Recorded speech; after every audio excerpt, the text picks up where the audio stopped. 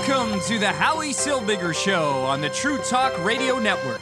Get in on the conversation. Call 1-877-669-1292.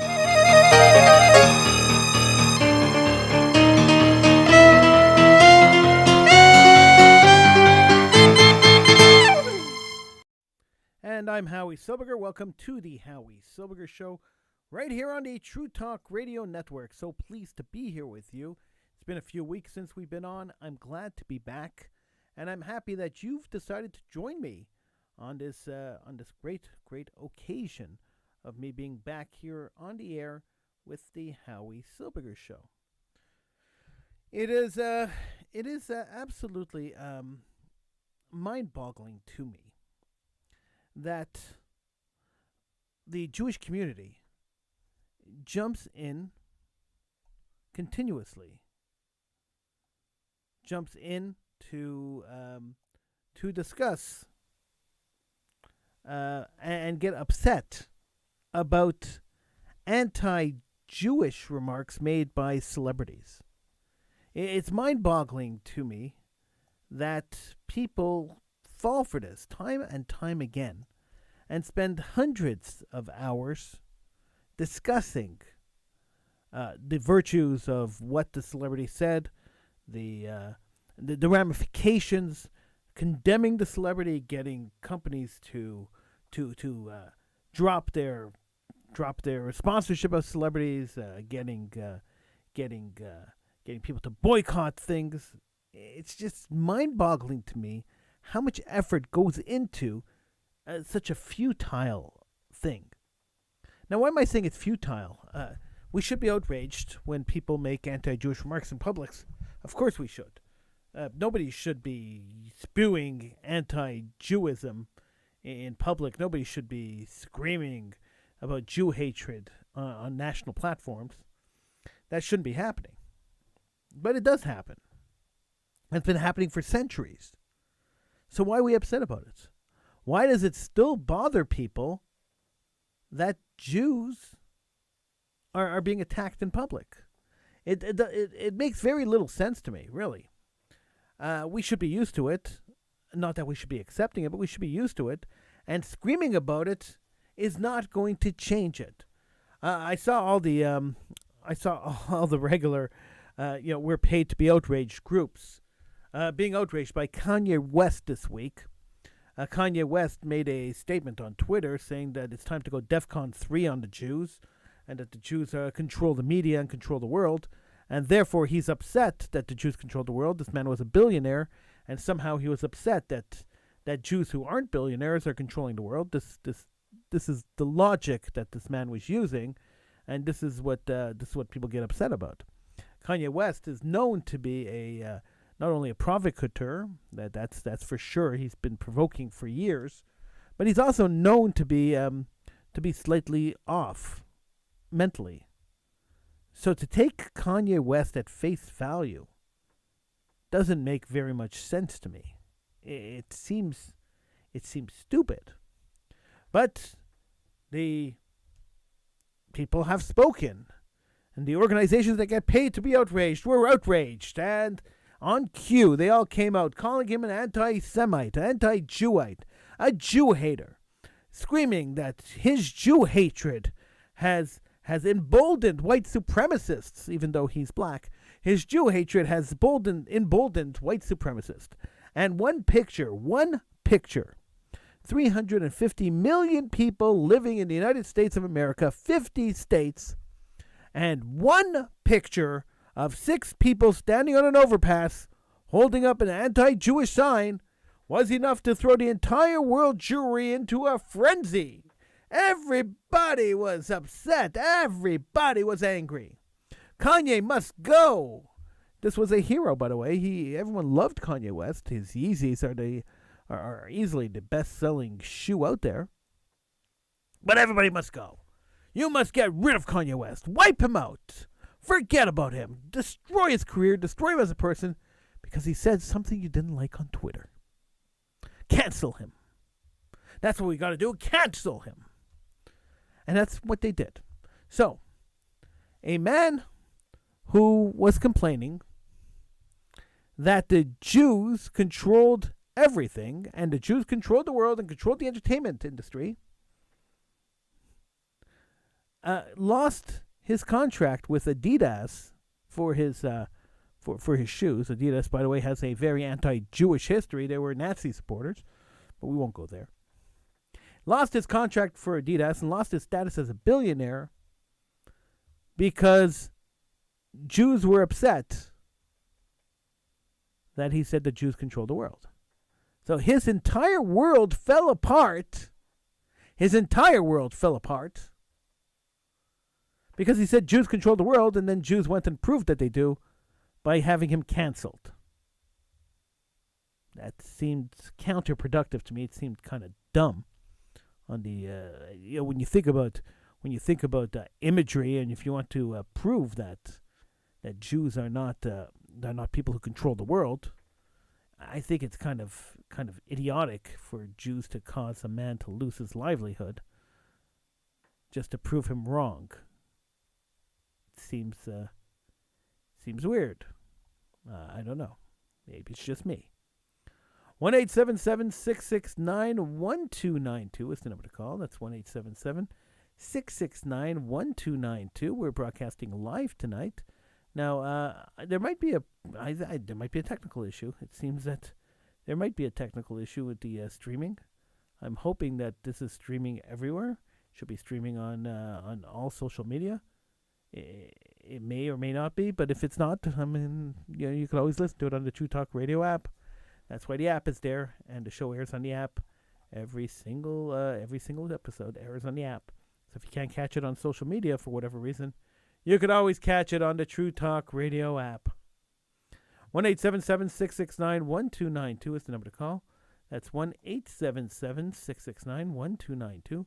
You could get in on the conversation right here on the Howie Silbiger Show on the True Talk Radio Network. So Kanye West has got himself into a little bit of trouble, and he's lost his sponsorship. Adidas is no longer sponsoring him, and so after all that happened, Kanye West came out with a defense, because it's always important to defend yourself when things like this happen. So Kanye West came out with a defense, and this was his defense. Let me play it for you, because there's no better way to get this done than to hear it from the horse's mouth.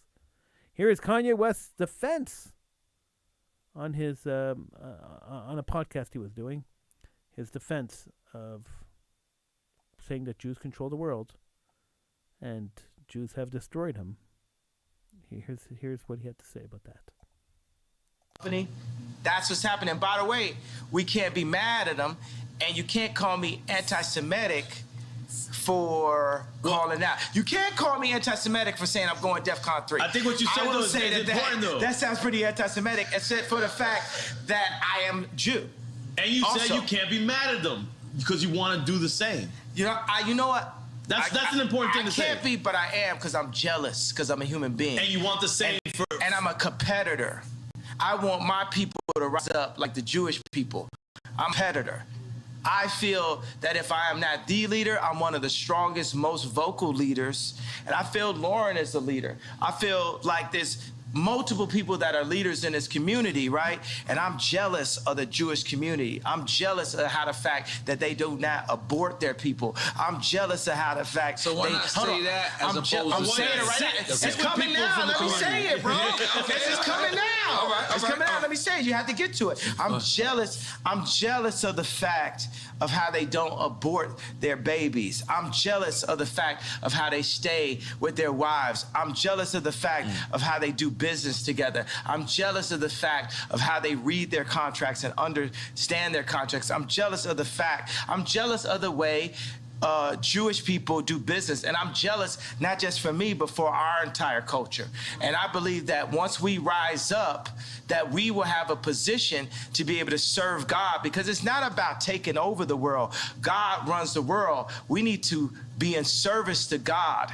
And we all need to be in service to God. So I'm jealous. And you know what? Because when I would speak on the Khaled and Drake record, why I speak on that? Out of jealousy. When I was speaking on Drake, why I speak on that? Out of jealousy. While I'm speaking on the Jewish culture, why I'm speaking on that? Out of jealousy. I'm jealous of the Jewish culture. Kanye West, billionaire Kanye West, is jealous of the Jewish culture. He's jealous. Why are you starting with the man? He's jealous. That's why you have to go DEFCON 3 on Jews, because Kanye West is jealous of the Jewish community. He feels that Jews are I don't know, Jews are the controls of the world. He's jealous of Jews being controls of the world. He's not anti-Jewish, not at all. He's jealous. He's jealous of the Jews. So the organizations that are paid to be outraged by this ridiculousness, and it really is ridiculous when we think about it. It's ridiculous to be outraged by a man like Kanye West. I know he has 35 million followers on social media. That's fine. Do you think for a second, and let's be honest, do you think for a second that anything that Kanye West says or any celebrity says is actually going to convince somebody else to be anti-Jewish? Do you think that that's going to happen, that he's that influential that he's going to convince other people to hate Jews? I don't think so. I don't think that's the case. I think most people believe that he is a nutcase. And I think most people have believed he's a nutcase for a long time. So I'm not so sure that outrage is the appropriate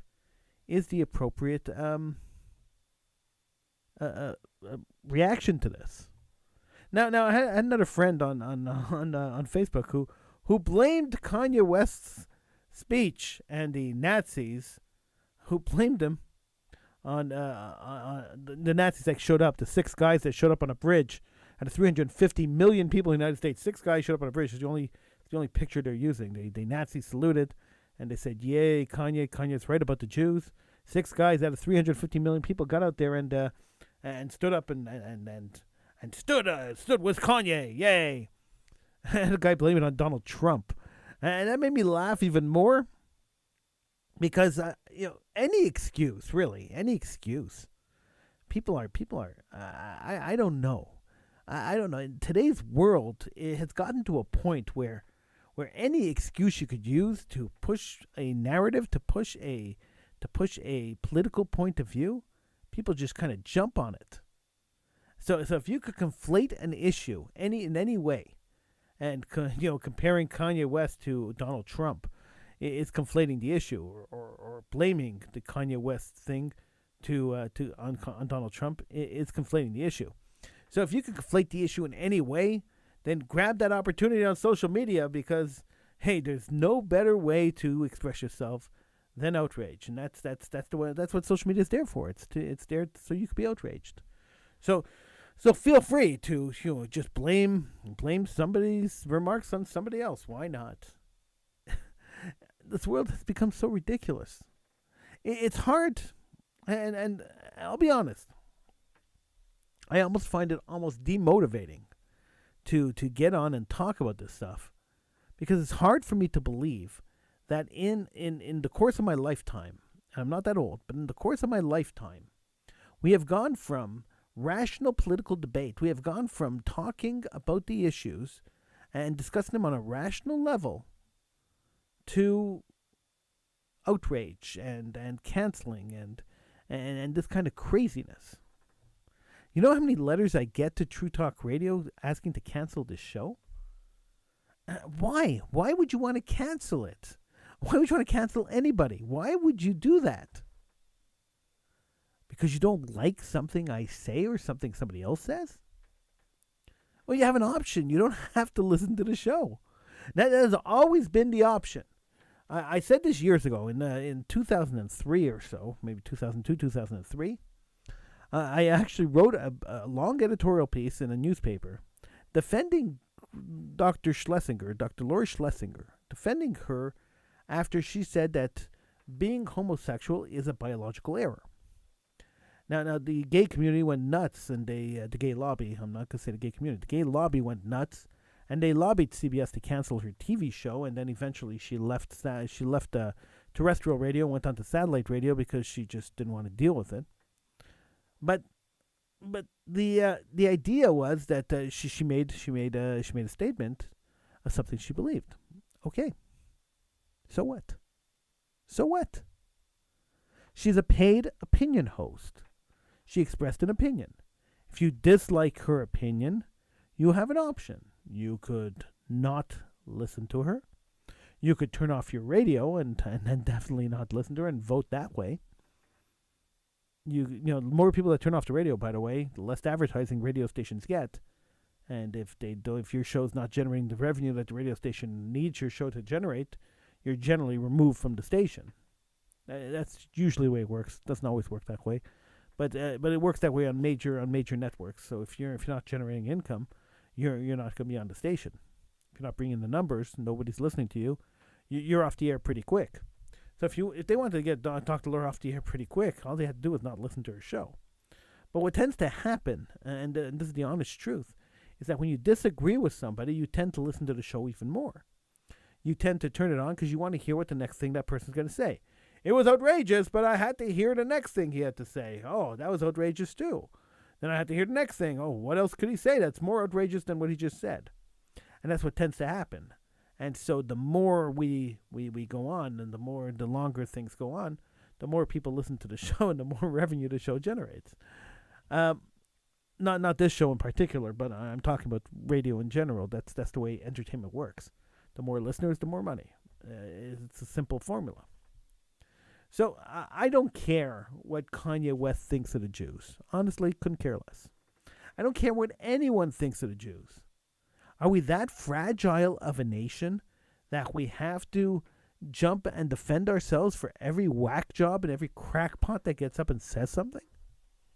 Doesn't that weaken us rather than strengthen us?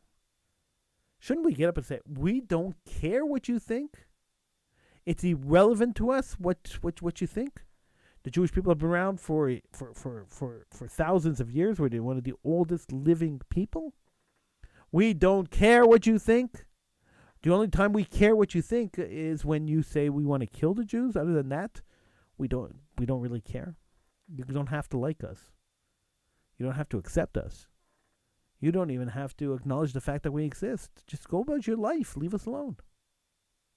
Why can't we just do that? That would make us a strong nation. Jews are a weak nation because we choose, and we always do this, we choose to be victims all the time. So when these organizations that are paid to be outraged by everything, and this is how they generate their money. So somebody comes out and says something, they're outraged. It's a false outrage because they're paid to be outraged. So these organizations that are paid to be outraged, these organizations are actually weakening the Jewish community and not strengthening them. And I know they get mad at me. Last time I had this conversation, last time we spoke about this, people were getting mad at me. People who work for these organizations were getting mad at me. They called me and they said, Howie, what are you saying? How could you say this?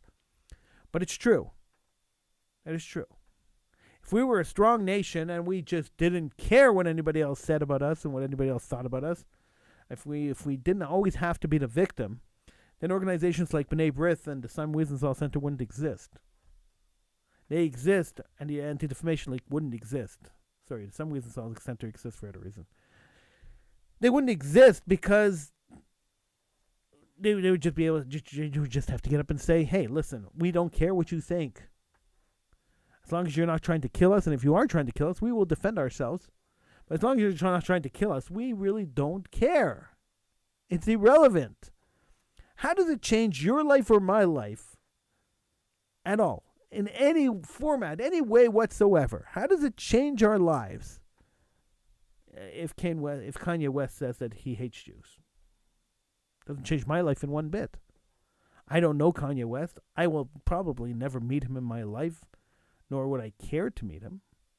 So if I don't know the guy and I've never met the guy, why would I care what the guy thought about me? You know, a long time ago, an old man once taught me, years and years and years ago. He said to me, listen, he says, you could only be outraged when you care about the opinion of the person that said something bad. So if you don't care about somebody, if you're not connected to them in any way, and you really just don't care about them, why would you care what they think or what they say? It doesn't make sense. Why would you waste time thinking about it? It's senseless. So when the Jewish community freaks out over something some random celebrity says, I could say, I really just don't care. He could think what he wants. Does he make a comfortable shoe? I don't know.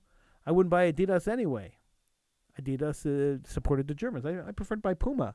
That was Adi's brother. His brother created Puma. There were two brothers. One supported the Nazis, one was opposed to the Nazis. I'd buy the shoes of the company that was opposed to the Nazis. I don't tend to support companies that supported Nazism. But that's just me, and I know I was called crazy. And, I had a friend who asked me a while back, "You mean you wouldn't buy a BMW or a Volkswagen?" And I said, "No, I would not buy a BMW or a Volkswagen." And he looked at me as if I came from Mars, and he says to me, "Why not?" And I said, "Well, BMW, the Bavarian Motor Works, used slave labor during World War II. And I wouldn't support a company that used slave labor during World War II. I wouldn't buy Volvo either. They made the ovens for the concentration camps. So, for the crematoriums and the concentration camps. So Volvo ovens were ovens that were used to burn my ancestors. So I wouldn't be interested in driving a Volvo. It just would seem weird for me to get into a metal box made by the same company that burned my ancestors. It wouldn't feel right. And Volkswagen was a company that was founded by Hitler, so I wouldn't get into Volkswagen either. And Porsche helped design the concentration camps too. So I wouldn't buy a Porsche. And Hugo Boss, the manufacturer, the clothing manufacturer, they supplied for free all the SS uniforms to the Nazi SS. So they were all Hugo Boss uniforms. Hey, it's nice to be a fascist that dresses stylishly. So I wouldn't buy Hugo Boss either. But if Jews choose to support these companies, and many do, one of my friends said to me, "Howie, you're crazy. This happened 70 years ago, 80 years ago. The companies have changed hands since then, so why do you care?" I still care. I still think symbolism is something, and I still believe that these companies never made reparations, never cared to say they're sorry, never took responsibility for using slave labor and for manufacturing the tools of destruction of the Jewish people. And as long as they don't want to take responsibility for that, I don't want to buy any of their products.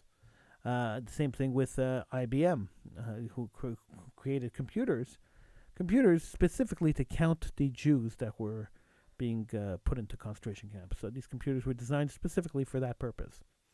So IBM's another company I probably just would mostly stay away from. Then somebody called me out and said, "Howie, you drive a Ford. You've been driving Ford for years. And Henry Ford was an anti-Jewite, and he distributed the protocols of the Elders of Zion." And I love when people tell me this, and I love it. I love it when people hold me accountable. "You're not going to buy a Volvo, but you will buy a Ford? You are a hypocrite," they tell me. And I look at them and I say, "Okay. Do you know?" I said, "Do you know anything about Henry Ford?" And usually they say, "Yes, he was an anti-Jewite, and you bought a Ford, and you are a hypocrite." And okay. So Ford, yes, Ford owned the company that distributed the protocols of the Elders of Zion, brought it to North America and distributed it across North America, and he was an advocate of distributing the protocols of the Elders of Zion, probably the oldest known anti-Jewish book written that started the entire Jews control the world and Jews control the media narrative. I know that he was responsible for the distribution of that book for years, and I know that he was a member of the American Nazi Party. But I also know that in the last 10 years of his life, not only did he denounce Nazism after he saw what it was doing in Europe, and after he realized that Nazism was killing people and that they were building concentration camps, something he claimed he didn't know before. But it's surprising that right after he found out that that's what the Nazis were doing, he actually changed his entire viewpoint. he stopped immediately the distribution of the protocols elders designed and put a recall on it and said, hey, if you have a copy, bring it back to us. He was willing to pay to buy back copies of it. And he sent out a formal apology to the Jewish community. He wrote letters to distinguished rabbis apologizing for his previous stand on the Jewish people, and apologizing for his support of the Nazi Party after seeing the destruction that the Nazis did in Europe and the destruction of the Jewish community. He apologized to them. He wrote letters of apology to rabbis. Not only did he do that, but he devoted the whole end of his life, the last few years of his life, he devoted to speaking out against fascism and against anti-Semitism, anti-Jewism, and totally turned himself around.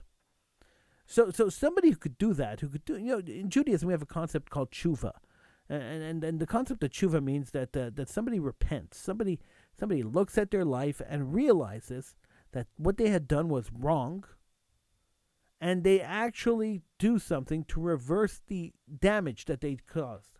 Now, of course, you can never reverse all the damage you caused, and some of the damage is everlasting, but you can reverse some of the damage, and that's what Henry Ford did at the end of his life.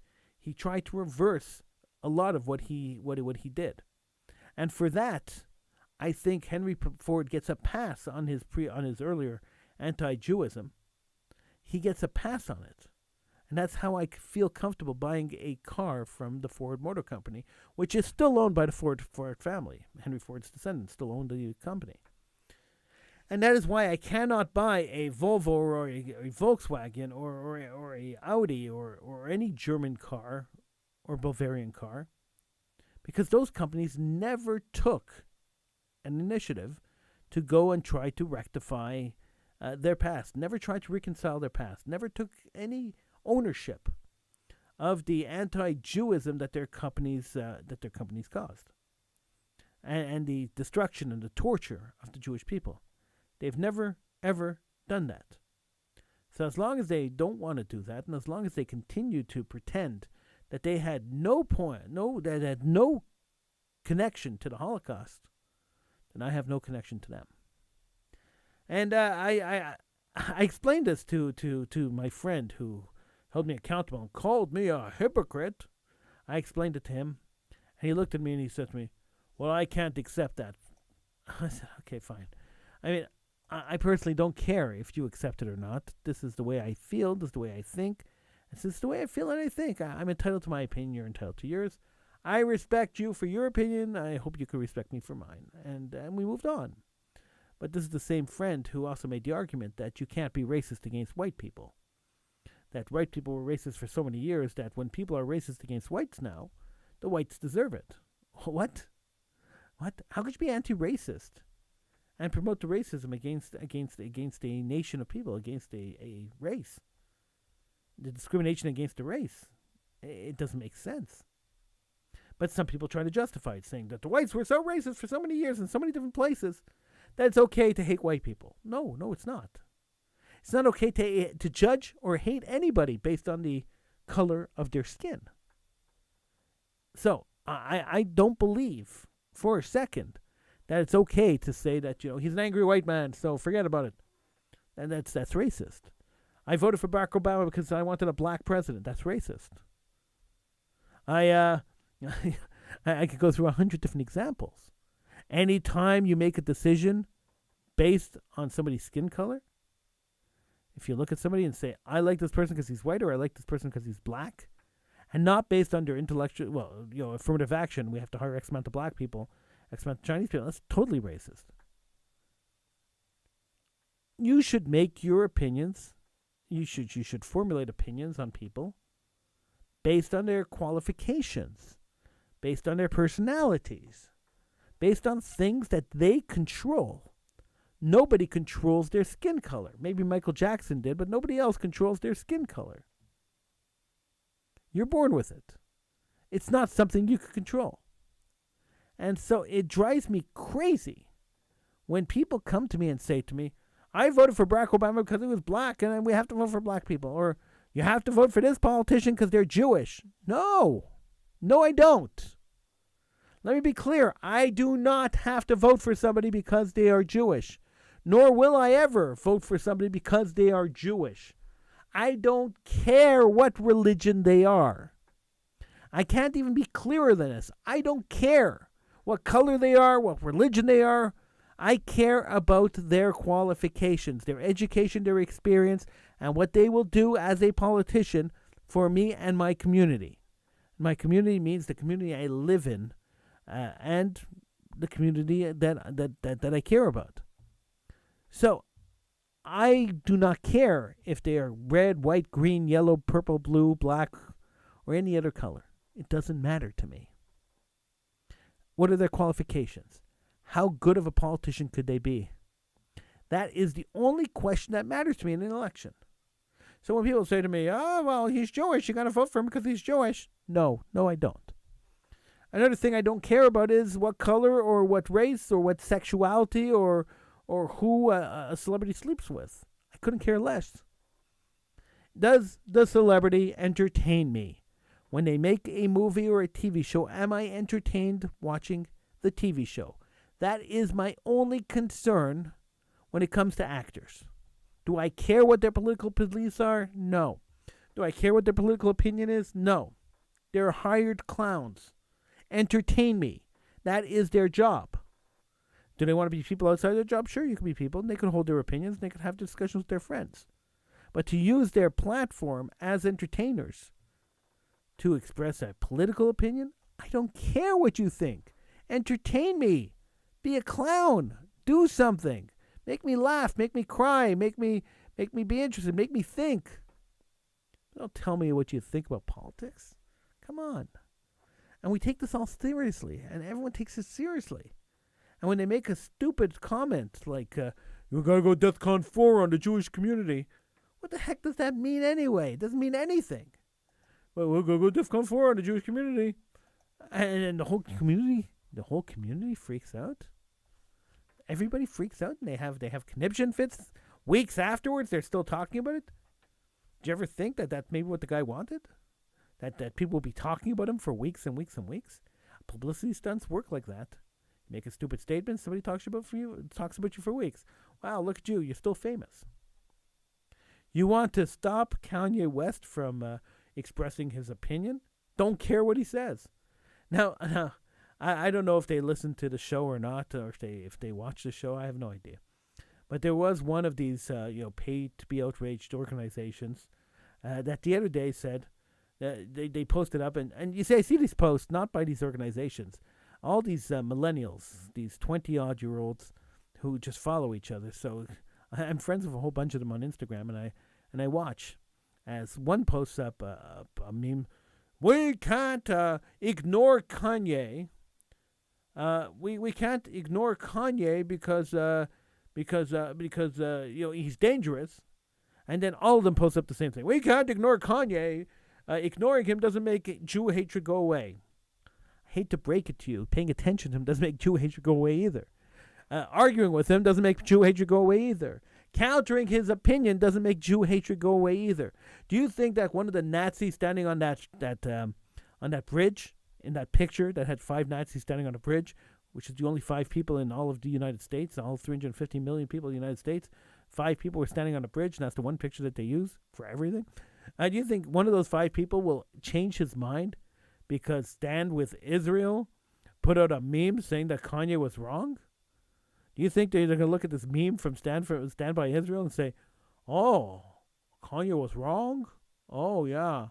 I guess I was wrong too. Maybe I shouldn't Nazi salute because this Israeli organization told me I'm wrong. Give me a break. The stupidity behind this whole thing is just mind numbing. 1-877-669-1292 is the number to call.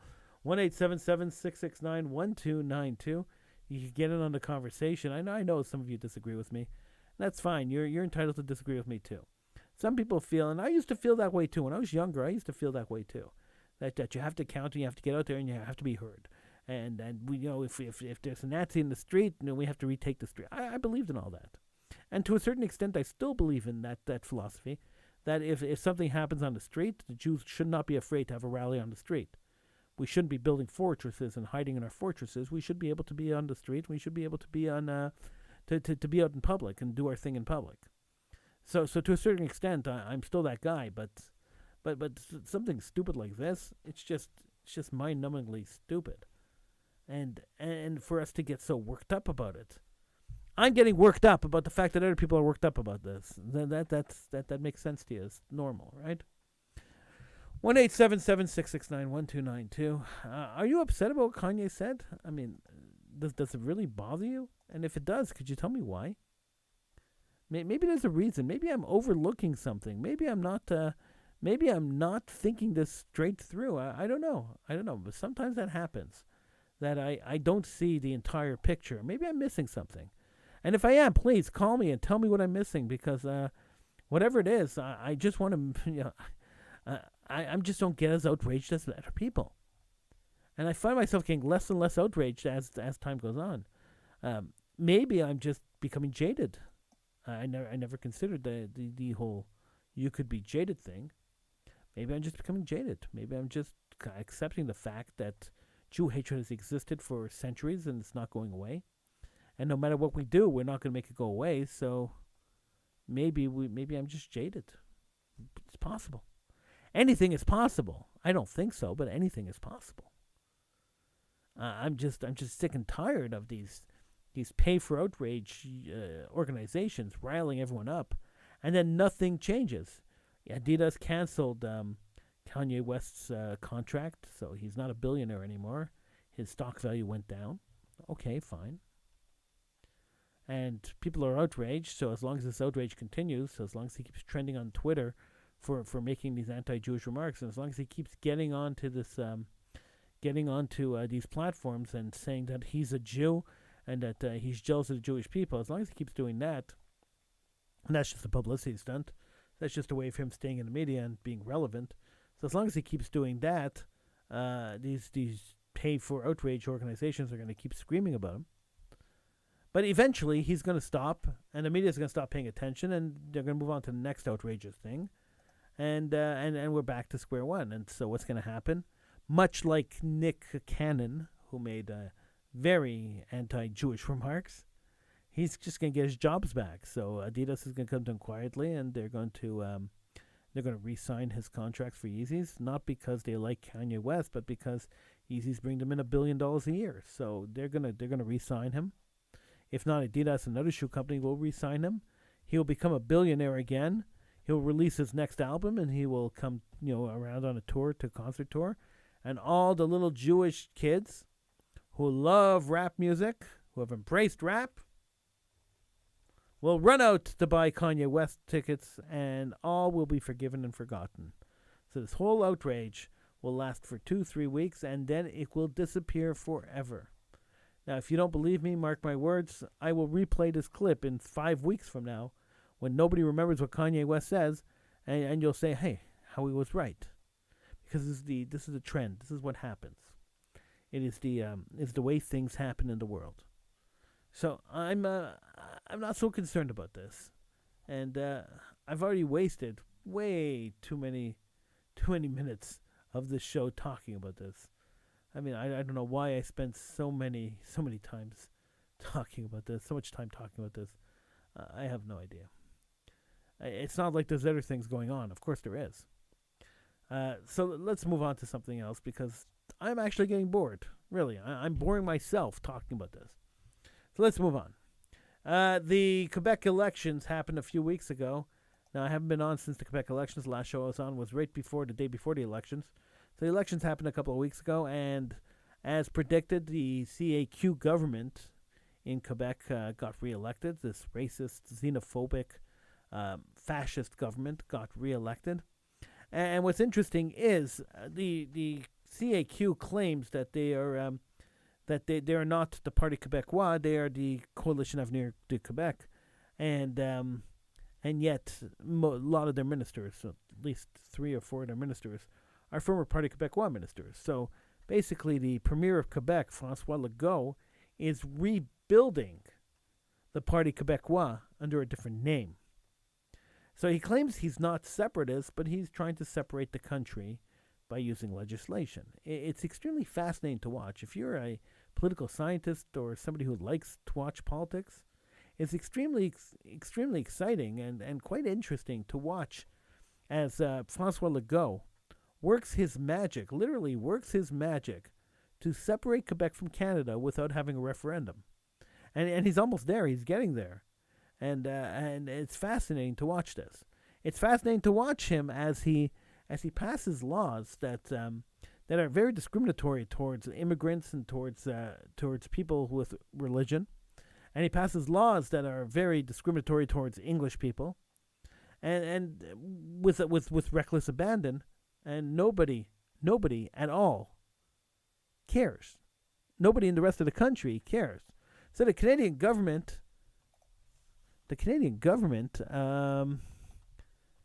could disallow any law in any province. That's the way it works. That's the way the Constitution is set up. In case a fascist takes over the province, the federal government has the right to disallow any law that passes through there. The idea that they are not disallowing laws that are contrary to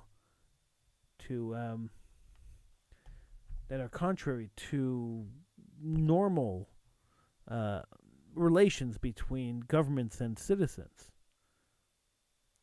seems to me to be a border of fascism. I'm sorry, I'm choosing my words carefully.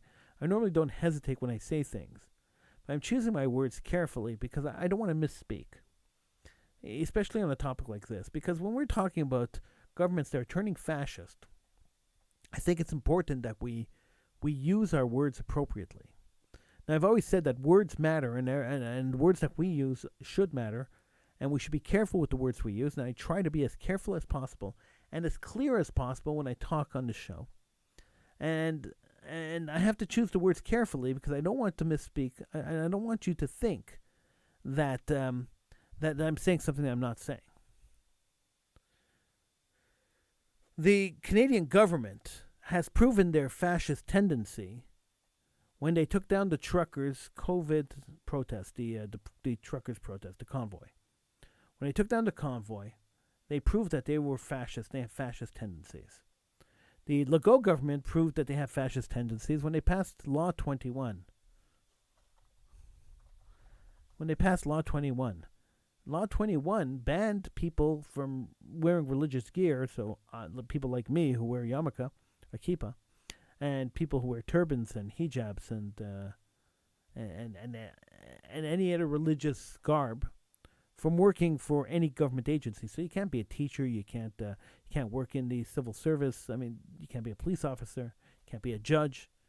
So from public authority figures are not allowed to wear religious symbols, except for doctors. For some reason, they put an exclusion for doctors. Then they passed Bill 96, which further curtailed English in the province. Both these laws, they used a notwithstanding clause because they knew that the laws were in violation of the Canadian Constitution. So they used notwithstanding clause, which is another dumb thing that was put into the Constitution, but allows provinces to override the Charter of Rights and Freedoms. In order to pass laws, they have to be renewed every 3 months, and so governments renew them over and over again. Law 101 was passed in the 1980s, and it's still being renewed, even though it's a fascist, discriminatory law. So, knowing this, and knowing that the Canadian government has done nothing in order to change anything, in order to help the minorities, in order to stop the Quebec government from being a fascist government, one has to wonder how much farther could they go. One has to wonder, now that they have a mandate, a mandatory government, they have a full, they hold most of the seats in the, they have a majority government, so they hold most of the seats in the assembly. When they want to pass a law, they could pass anything they want. They could do whatever they want. That makes them a dictator. And when the population doesn't rise up and fight against the dictatorial laws that were passed, then we are sitting ducks as minorities and as English people. So the idea that the fascist government of Francois Legault got another majority government, that got a majority vote, the idea of that is frightening. It's actually frightening, knowing that almost 70% or a little over 70% of the people who are eligible to vote went out and voted. And as majority of them voted for this fascist government, scares me a little bit. It should scare you too. I'm Howie Silbiger. This is the Howie Silbiger Show right here on the True Talk Radio Network. We are heard live every night. I was going to say every Sunday night. I used to do that on Radio Shalom. We were on every Sunday night. But not on Sunday nights. We're on Monday to Thursday, 10 p.m. Right here on the True Talk Radio Network. That's TrueTalkRadio.com is the official site of the Howie Silbiger Show, where we have all sorts of stuff. And you can download the True Talk Radio app, True Talk Radio Network app. So you have to search True Talk Radio Network to find the app. The True Talk Radio Network app, where you could listen to the live stream of this show and a lot of other shows that we air on True Talk Radio. The app is available at your favorite app store, and you can feel free to download it from there. Just go to your favorite app store and search for the True Talk Radio Network app, and it's there on the App Store, and you could download it from the App Store, and you could listen to 24 hours, 7 days a week, the True Talk Radio Network. We are. I am very happy to be the owner of True Talk Radio and to allow many different creators to put their shows on True Talk Radio.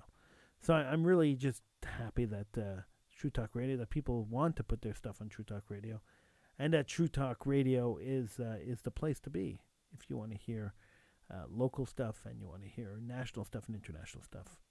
Now, those of you watching on YouTube or on Facebook or any of the social medias saw me pull this earpiece out of my ear. It started buzzing for some reason right in the middle of the show, which is why I was stammering a little bit. The earpiece is designed so I could have a little bit of feedback in my ear, so I hear myself talking, and so I hear you when you call in.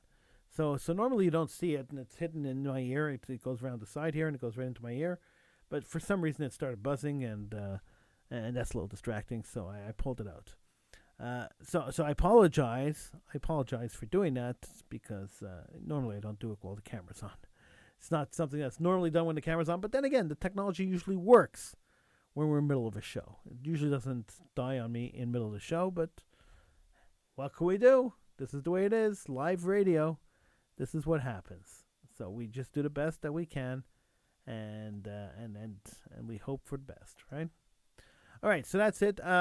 Political Hitman's on tonight, so I'll be back at midnight with Political Hitman here on the True Talk Radio Network. I thank you so much for joining me, and I thank you so much for being here and for spending some time with me. And I'll see you probably tomorrow right here on the True Talk Radio Network. Have a great night.